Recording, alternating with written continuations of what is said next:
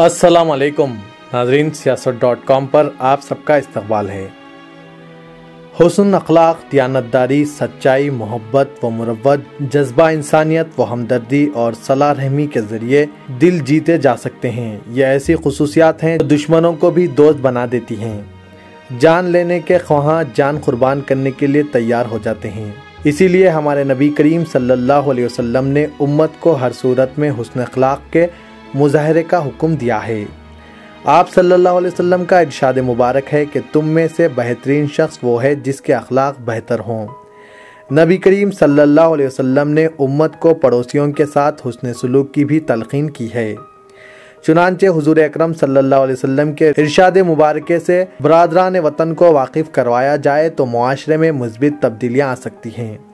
इस्लाम के पैगाम इंसानियत हुजूर अकरम सल्लल्लाहु अलैहि वसल्लम की सीरत से मुतासिर होकर दामन इस्लाम में पनाह लेने वाली डॉक्टर इफ़्फ़त फ़ातिमा, जो साबिक़ा में पद्मा रेड्डी के नाम से थी, इनका कहना है कि वो बचपन से ही मुसलमानों से काफ़ी मुतासिर रहीं। इनकी नमाज़ों और ख़ानदानी इक़दार को वो कदर की निगाहों से देखती थी। 2005 में इस्लाम कबूल करने वाली 41 साला डॉक्टर इफ़्फ़त फ़ातिमा ने नागपुर यूनिवर्सिटी से BHMS किया और फिर साबिर नगर मुरादनगर में प्रैक्टिस शुरू की। सियासत की मिली व कौमी खिदमात की सताइश करने वाली डॉक्टर इफ़्फ़त फ़ातिमा ने जो पैरों से महरूम हैं दफ्तर सियासत पहुंची, चूँकि वो सीढ़ियाँ चढ़ने से कासिर थी, इसीलिए ऑटो में ही हमने इनका इंटरव्यू लिया।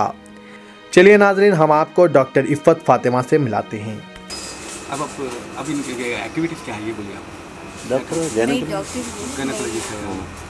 अच्छा, ये है और कुछ चैरिटी के काम वगैरह कर रहे हैं? नहीं, अभी मैं जॉयस में ट्रस्ट मेथोडिस्ट हॉस्पिटल में थी कोडंगल में। हाँ। अभी मेरा एक्सीडेंट होने के बाद। एक्सीडेंट से हुआ ये? जी, एक्सीडेंट से फटे। गाड़ी चलाती कब हुआ ये? 2011 में। अच्छा, तो इस्लाम कबूल करे बाद से हुआ? हाँ। अच्छा, या कोई मार दिए? नहीं, मैं मतलब ठहरी थी, चाली वाले एकदम से ठहरे चला। एज क्या है? 38? हाँ। 73 नहीं 43 है।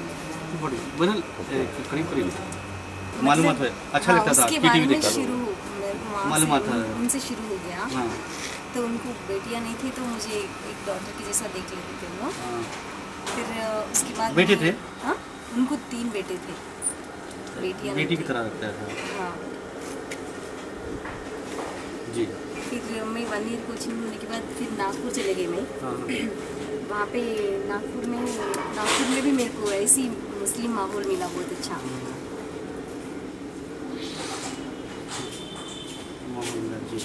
हाँ, तो वहाँ पर भी मैं 6 इयर्स ज़्यादा उन लोगों में रहती थी और मेरे को पहले से भी पसंद था ऐसा। मैं तेलुगु में कुरान और हदीस सब पढ़ ली थी फर्स्ट। कौन दिया आपको? मेरे को मेरी ज़ेबाबाग में मेरा क्लिनिक था। ज़ेबाबाग विक्टोरिया होटल के बाजू में था। हाँ, तेलुगु में कुरान और हदीस की। हाँ, हदीस पढ़ ली थी। हदीस की कोई नाम क्या था? कौन दिए, कौन थे आपके? मेरे क्लिनिक के सामने एक बी फार्मासिस्ट मैडम थे, मेडिकल शॉप था उनका, उन्हें मेरे से क्लोज रहते थे, तो उन्होंने ज़्यादा इस्लाम के बारे में बोलते थे भी। और क्या नाम? उनका फरजाना था उनका नाम। अच्छा। तो मुझे बहुत उनसे ज़्यादा मेरे को मिला, ज़्यादा इस्लाम के बारे में मालूमात है। क्या अच्छी चीज़ लगी इस्लाम में आपको? मेरे को अच्छा लगता है ऐसा अकेले बैठ के प्रेयर करना। तन्हा है। हाँ, और फिर हदीस मुझे बहुत अच्छा लगा था। कौन सी हदीस? अभी नबी के लास्ट। नहीं, क्या किस बारे में? मतलब उसमें कि उनके जो नहीं, अकॉर्डिंग टू व्हाट? उनकी जो वर्क्स, अच्छा, उनके काम। हाँ, उनके काम और कैरेक्टर। हाँ, कैरेक्टर उनके रहने का, उनकी सोच, माफ़ करने का, ये सब। एवरी फ्राइडे ऐसा सियासत में ही आता था शायद ना, आपको। हाँ, इसमें कोई चेंज हुए। हाँ, वो सियासत मुंसिफ में आता था। हाँ, तो मुझे ना वो पढ़ने देते थे ना एवरी फ्राइडे भी, क्या थी बोली भी, मेडिकल शॉप। तो मेरे को पहले से भी पता नहीं, बचपन से भी मैं ऐसा लिखती थी, कहते हैं उल्टा उर्दू जैसा लिखते ना वैसा। आती है उर्दू आपको? मैं सीख रही थी, इतने में मेरा एक्सीडेंट हो गया। मैं एक्सीडेंट कब हुआ? 2011 में। कौन सी गाड़ी चलाते थे आप? Laser scooter. 99 से चलाते थे। स्कूटी चलाते थे? 99 से चलाते थे। 1999 कहाँ हुआ ये एक्सीडेंट? अत्तापुर के पास। तो अब क्या हुआ उसमें? क्या हुआ दोनों पैर? उसमें एक पैर मेरे को जब बीच एम्पुटेट करे। हाँ।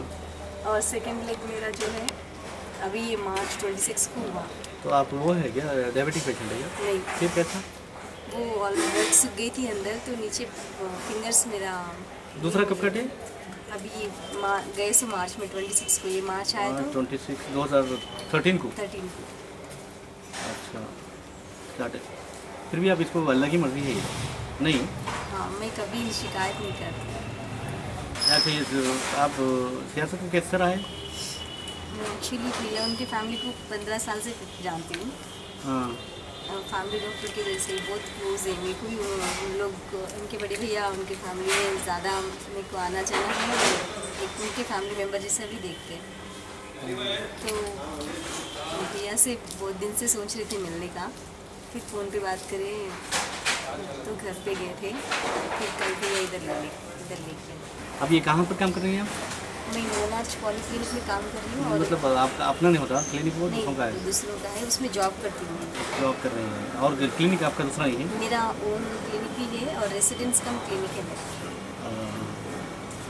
वो साबिर नगर में। अच्छा, आपके घर पे? आपके कितने फैमिली मेम्बर्स कितने हैं? आपके पेरेंट्स हैं? पेरेंट्स ने 10 years से काम करे। क्या करते थे लोग? ऐसे ही हम लोग फार्मर्स। किसान हैं। ये पेरेंट्स ऑब्जेक्शन करे आप? जी मतलब जब नहीं थे? नहीं थे, मम्मी पापा नहीं थे। अब फिर बहनें कितने भाई बहन कितने हैं? एक भाई है, 2 क्या करते भाई? वो भी फार्मिंग करते हैं। अच्छा, लोगों को इतना उन्होंने इतना क्यों कर रहे हैं? लोगों को मालूम ही नहीं। अभी भी? अरे फिर आप जाए तो क्या करेंगे वहाँ आगे? तो मेरे को वो लोग घर में भी नहीं दिए ऐसा एक्सीडेंट होने के बाद। फिर तो मैं वहाँ जॉयस में ट्रस्ट में आश्रम में रह गई। अभी देखिए ये आश्रम है, मेथोडिस्ट का आश्रम है बोले आप। हाँ। वो एज ए क्रिश्चियन है। तो वहाँ भी वो लोग अच्छी खिदमत करें। हाँ। फिर इस्लाम आप कबूल करें। हाँ। तो उनमें इनमें क्या फ़र्क दिखा आपको? मेरे को तो एक हाँ हाँ मेरे को एक कुरान का पारा दिखा। हाँ सल्लम भी तो हाँ। काफ़ी थे ना। हाँ। अच्छा। अब मैं 2-3 लोगों से पूछी तो वो और ये अलग नहीं है, 100% एक है। ऐसे कोई पर्सन बना लिया ऐसा। अच्छा। हमारे पास तारिक मंसूर सर बोल के आते, बोले नहीं डायबिटोलॉजिस्ट बोलो से, उनसे पूछी थी मैंने, वो बहुत रिलीजियस है। तो ऐसा क्यों है सर? मैं उसमें भी पढ़ी तो उसमें भी पूरे कुरान के जैसी लिखा हुआ है, आदम से लेके ईद तक ऐसा बोलते हैं। तो लोग बोले थे वो लोग ऐसा एक पर्सन था, उन्होंने ऐसा बना लिया उसको, लेकिन उन्होंने भी ईसा अलैहिस्सलाम नबी है। और पूरा उसमें पूरा इसके रिलेटेड कंपैरिजन्स बहुत मैं निकाली हूँ उसमें, तेलुगु में पढ़ दी पूरा। अच्छा, ये सियासत के बारे में आप जानते हैं? एक्टिविटीज़ के बारे में सियासत क्या है? ये सियासत जो है अखबार नहीं, सिर्फ मैं वो एवरी फ्राइडे वो एक आर्टिकल पढ़ती थी बस, लेकिन इसके बारे में मेहमान था सिर्फ भैया से मिलने के बाद। अच्छा, अब आप क्या है फ्यूचर प्लानिंग क्या है आपकी?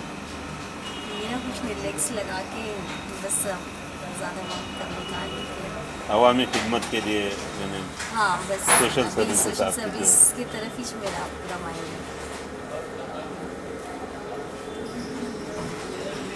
अच्छा, फिर आपको कोई वो नहीं करा, प्रपोज नहीं करे कोई? नहीं, मतलब मेरे को खुद नहीं पसंद था। मेरे साथ 2 बार ऐसे हादसा हुए कि बाय बर्थ भी हमारे पास रिलेशन लगाए थे मामा से मैरिज का। मेरा मेडिसिन कंप्लीट होने से पहले उनका डेथ हो गया, तो उसके बाद मैं फिर नहीं ये करें, तो उसके थोड़े दिन के बाद मम्मी फिर ये करें, तो जब भी मैरिज फिक्स हो गया था तो मम्मी का पेशेंट्स आते रहते आपके? बहुत है पेशेंट बहुत है इनके? हाँ, मेरे पेशेंट्स आवाज़ लेडीज़ है बहुत? हाँ लेडीज जेंट्स आते हैं? हाँ सब आते, मतलब जनरल भी देखती हूँ, ज़्यादा लेडीज बच्चे भी आते? और डिलीवरीज। वो होम्योपैथी करते हैं, एलोपैथी भी करते हैं आप? एलोपैथी करती मैं, होम्योपैथी नहीं करती। कहाँ प्रैक्टिस कहाँ करते थे आप पहले? मैं सीधा नागपुर से आने के बाद मैं तो वहाँ 2nd ईयर से जॉब करती थी नागपुर में, फिर उधर से आने के बाद खतीजा हॉस्पिटल में ज्वाइन हो गई। अच्छा, आप अगर कोई आपको प्रपोज करे तो करते हैं आप? हाँ? अगर आपको से कोई करना चाहे तो कर सकते हैं आप? नहीं, मैरिज नहीं करना चाहती। अच्छा, आप नमाज पढ़ते बराबर? पहले पढ़ती थी, मेरा एक्सीडेंट होने के बाद से नहीं, मतलब मेरे को कहीं माहौल ऐसा नहीं मिला। फिर वो वहाँ पे क्रिश्चियन माहौल में थी, लेकिन एक सेकंड के लिए भी मेरे माइंड से कभी कोई दूसरे नहीं, नमाज तो ज़रूरी होता है ना। नहीं होता है, मुझे मालूम नहीं, आपको लेकिन- मजबूरी नहीं ना, तो वैसे कुछ भी आपको नहीं, आप नहीं। सुकून से पढ़ सकते, बैठ के ये हो सकते। नहीं, वो तो मैं अभी शुरू करूँगी, लेकिन मैं जैसा जो हालत में आई थी, मेरा कुछ इनकम नहीं था। अच्छा, वहाँ पे अच्छा। जो ट्रस्ट में थी, अच्छा, अच्छा। जो भी पैसे थे मेरे पैर के ऑपरेशन के लिए लगे। मेरे को कोई मदद नहीं करी आप लोगों की? हाँ। कोई मुस्लिम ऑर्गेनाइजेशन मदद नहीं करी? मैं कहीं गई नहीं। मैं यहाँ पर भी 6 महीने से सोच सोच के वो भैया ज़बरदस्ती लाए थे वहाँ। मेरे को ऐसा लेना नहीं पसंद था। मैं कुछ करके करूँगी। आपको मालूम है प्रॉफिट, हाँ, प्रॉफिट क्या बोले, ऐसा हाथ रखना, हाथ हमेशा ऐसा होना, हाँ, ऐसा मेरा नहीं ऐसा आप नहीं काम होगा। कीजिए।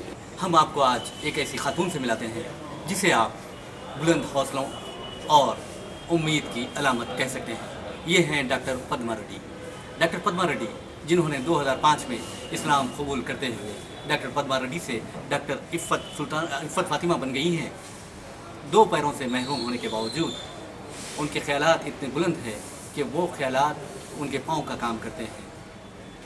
उनकी ये खूबी है कि 2 पाँव ना होने के बावजूद भी वो उन लोगों के लिए मशाल राह है जिनके पाँव हैं, जिनके हाथ है और इसके बावजूद वो कुछ नहीं करते। डॉक्टर पद्मा रेड्डी जो इस्लाम कबूल करने के बाद इफ़्फ़त फातिमा बन चुकी हैं, एक खानगी दवाखाने में काम करती हैं। न सिर्फ खानगी दवाखाने में काम करती हैं बल्कि अपने घर पर भी क्लिनिक चलाती हैं। इस तरह वो इंसानों के लिए खिदमत कर रही हैं। फिलवक्त वो सियासत के फलाही व बहबूदी कामों से मुतासिर होकर दफ्तर सियासत आई थी। उससे फ़ायदा उठाते हुए हमने उनका एक इंटरव्यू लिया जिसमें उन्होंने बताया कि किस तरह उन्होंने इस्लाम कबूल किया और इस्लामी तालीमात से मुतासिर हुई। डॉक्टर इफ़्फ़त फातिमा का कहना है कि हुज़ूर अकरम सल्लल्लाहु अलैहि वसल्लम के किरदार, उनके अखलाक और लोगों को माफ़ करने की जो बेहतरीन आदतें हैं उससे वो मुतासिर हुई और उन्होंने इस्लाम को अपने सीने से लगाया। वो चाहती हैं कि अपने मुस्तक़बिल में इंसानियत की खिदमत करें, लोगों के काम आए, समाजी कामों में हिस्सा लें और इंसानियत की खिदमत के काम के सिलसिले को जारी रखें। फिर वक्त डॉक्टर इफ़्फ़त फातिमा जो 2 पाँव से महरूम हैं, उनका जो मसनवी पैरों के लिए ऑपरेशन किया जाने वाला है और इदारे सियासत उसमें भरपूर ताउन कर रहा है। हो सकता है कि इस खातून को मसनवी पाँव लगाने के लिए कम से कम 5 लाख रुपए की ज़रूरत पड़े।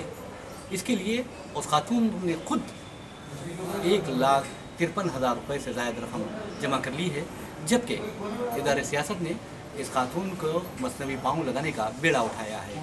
उम्मीद है कि ये खातून एक दिन ज़रूर चल पाएगी और इसके लिए आपका ताउन बहुत ज़रूरी है। अल्लाह हाफ़िज़।